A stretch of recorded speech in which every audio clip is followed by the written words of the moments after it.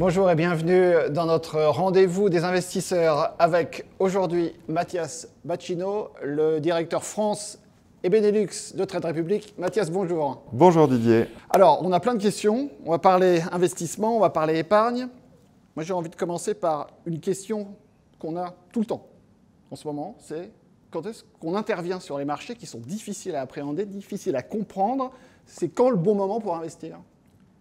Alors, je pense que quand on est en pleine réforme des retraites et qu'on a le sujet de notre avenir financier collectif qui est posé sur la table, on a de manière évidente toutes les motivations de fonds pour commencer à investir. Ça ne veut pas dire tout mettre en bourse tout de suite à un instant T. Et pour bien expliquer en fait, la meilleure réponse qu'on peut donner à cette question de savoir quand est-ce que c'est le bon moment pour investir, il faut faire un rappel méthodologique. Les gens pensent qu'investir, c'est acheter au plus bas et vendre au plus haut. Ça, parce que c'est ce qu'on leur dit depuis 50 ans, c'est ce que les banques, les assureurs leur disent, pour justifier aussi du fait que des professionnels le fassent pour eux. Sauf qu'investir, c'est pas acheter au plus bas et vendre au plus haut. Ça s'appelle spéculer.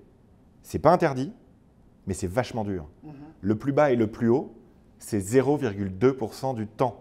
Donc 99,8% du temps, ce n'est pas le bon moment pour acheter ou le bon moment pour vendre. Donc l'enjeu, ce n'est pas de trouver le meilleur moment pour investir. L'enjeu, c'est de comprendre comment investir à long terme intelligemment. Et ça devrait commencer à 20 ans pour tout le monde. Donc très tôt finalement, même si le budget n'est pas forcément là. À 20 ans, on n'a pas forcément énormément d'argent. En fait, l'enjeu, c'est dans le nouveau monde économique dans lequel nous sommes, où les États sont endettés, où l'inflation est de retour, où la population vieillit, ce qui est une bonne nouvelle à l'échelle individuelle, mais un vrai challenge pour nos solidarités collectives. Mais en fait, dans ce nouveau monde-là, l'enjeu de l'investissement devient collectif. C'est-à-dire, jusqu'à présent, l'investissement, c'est une discipline qui est réservée aux CSP+, aux catégories aisées de la population, qui entretient d'ailleurs un déterminisme social. Bon, ça, c'est malheureux, mais c'était comme ça. Là, aujourd'hui, il faut que tout le monde s'y mette. Et la meilleure manière de le faire, c'est en commençant très jeune pour bénéficier, en fait, tout au long de sa vie, non pas des miracles de la bourse, parce que la question n'est pas vite répondue, on ne partira pas tous vivre aux Maldives ou à Dubaï dans 3 semaines. En revanche, il y a un truc qui marche, c'est ce qu'Albert Einstein appelait la force la plus puissante de l'univers, c'est les intérêts composés. C'est la boule de neige qui grossit à long terme. Et donc, plus tôt on commence, plus grosse est la boule de neige à la fin. Alors, l'autre question, c'est la question du timing, comme on dit. Bon, on a compris qu'il faut s'y prendre assez tôt, assez vite finalement, au début de sa vie. Oui. La question du support aussi, parce qu'on entend, bon, il faut suivre le trend, ou alors, non, il faut attendre le crack. Mais sur quel support? Il y a 3 règles économiques, mathématiques, j'allais dire, pour qu'un investissement fonctionne. Il faut qu'il soit fait à long terme, parce que c'est à long terme que les performances sont, dans l'immense majorité des cas, très positives. Donc il faut du temps pour un bon investissement. Ensuite, il faut que cet investissement soit diversifié. On ne met pas tous ses œufs dans le même panier. On connaît trop de gens qui ont perdu toute leur épargne parce qu'ils avaient tout mis sur telle action ou tout mis sur telle opportunité fantastique. Quelqu'un qui vous dit de tout mettre sur une opportunité, c'est un menteur. Donc l'enjeu, c'est plutôt de trouver long terme, diversifié et avec le moins de frais possible. Parce que les frais ont un impact qu'on sous-estime considérablement sur l'épargne. Une fois qu'on a compris ces 3 règles, on peut imaginer mettre en place une solution d'investissement. On peut en parler, c'est entre autres les ETF, c'est-à-dire des paniers d'actions. Mais il existe des solutions aujourd'hui pour les petits budgets qui veulent investir à long terme, de manière diversifiée et sans payer trop de frais pour ne pas prendre trop de la performance. C'est quoi à peu près les frais sur les ETF? Comment ça marche en fait? Alors, l'immense majorité des gens détiennent des fonds gérés activement. C'est-à-dire, dans un contrat d'assurance vie, vous avez votre banque, votre assureur qui vous dit « on a une équipe de professionnels, ils ont créé ce fonds d'investissement pour vous ». Oui, il y a en général 2% de frais par an dans le produit, mais c'est des experts, ils vont y arriver. La semaine dernière, Standard & Poor's a publié sa nouvelle étude SPIVA, donc qui est l'étude qui mesure la performance des fonds gérés par des êtres humains. 90% de ces fonds font moins bien que le CAC 40 ou le S&P 500, donc des simples indices boursiers. Donc en fait, il faut que je donne un exemple chiffré pour que les gens comprennent l'ampleur du problème.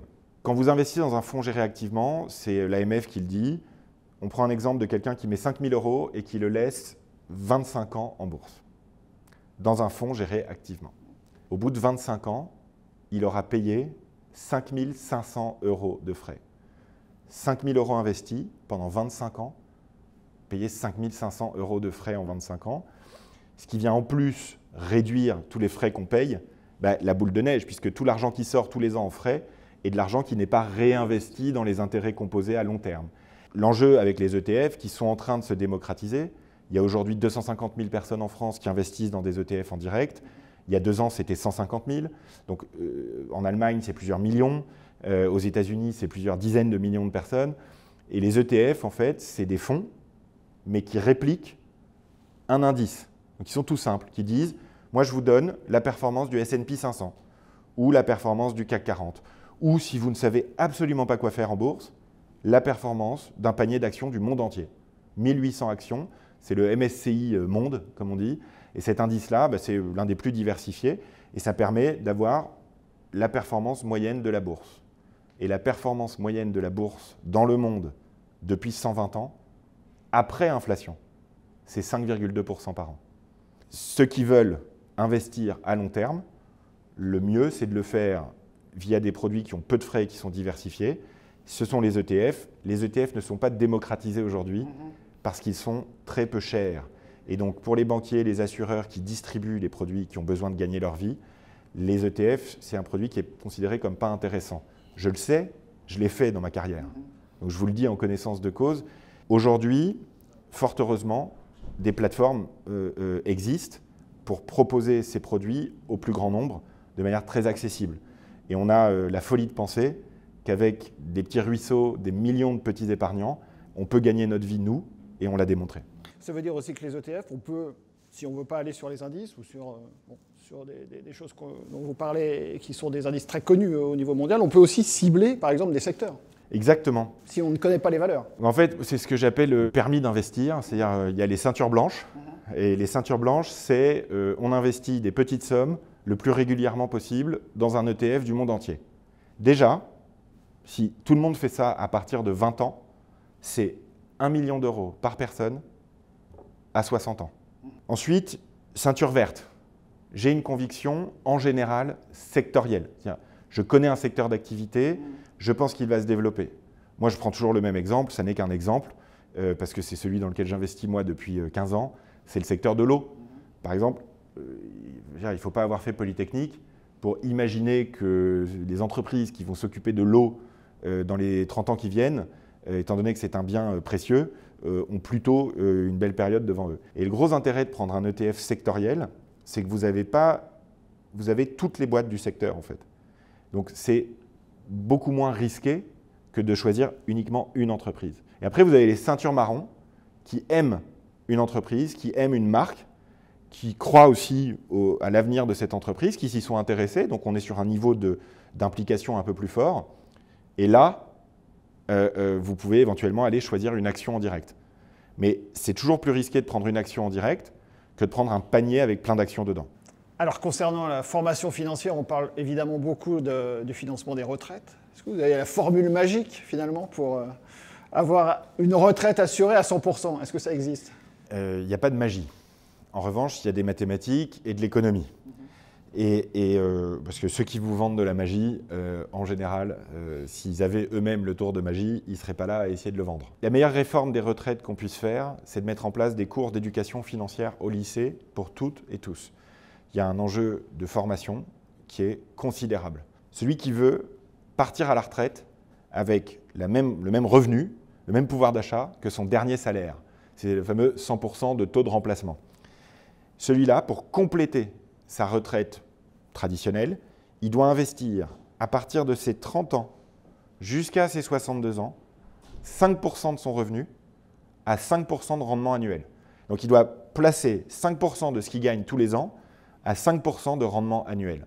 La bonne nouvelle, c'est que les actions du monde entier, depuis 120 ans, quand on prend suffisamment diversifié, c'est 5,2% par an. Le tout, c'est de réussir à investir de manière diversifiée, progressive, avec peu de frais. Si on reprend notre exemple de tout à l'heure, si on paye autant de frais que ce qu'on a investi, sur la période, on n'obtiendra pas les fameux 5% par an qu'il faut obtenir.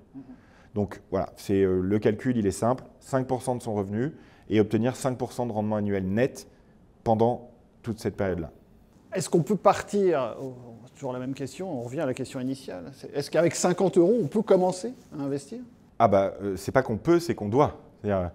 Le principe des intérêts composés est très peu connu. Il devrait être enseigné au lycée en France. Moi, je dis toujours que la meilleure réforme des retraites qu'on puisse faire en France, c'est de créer des cours d'éducation financière au collège pour tous et toutes. Parce qu'il y a un enjeu de genre aussi absolument majeur sur ce sujet-là, d'intégrer davantage les femmes dans l'univers de l'investissement. À partir de 50 €, même de 20 €, on peut commencer. Et on doit commencer. La bonne nouvelle, c'est que les jeunes, du fait de la crise Covid, du fait de l'arrivée des cryptos qui leur ont fait percevoir la notion d'investissement, vous avez aujourd'hui des millions de jeunes Européens, des centaines de milliers de jeunes Français qui ont commencé d'ores et déjà à investir, en général entre 30 et 50 € par mois, dans un panier d'actions du monde entier, le fameux MSCI Monde.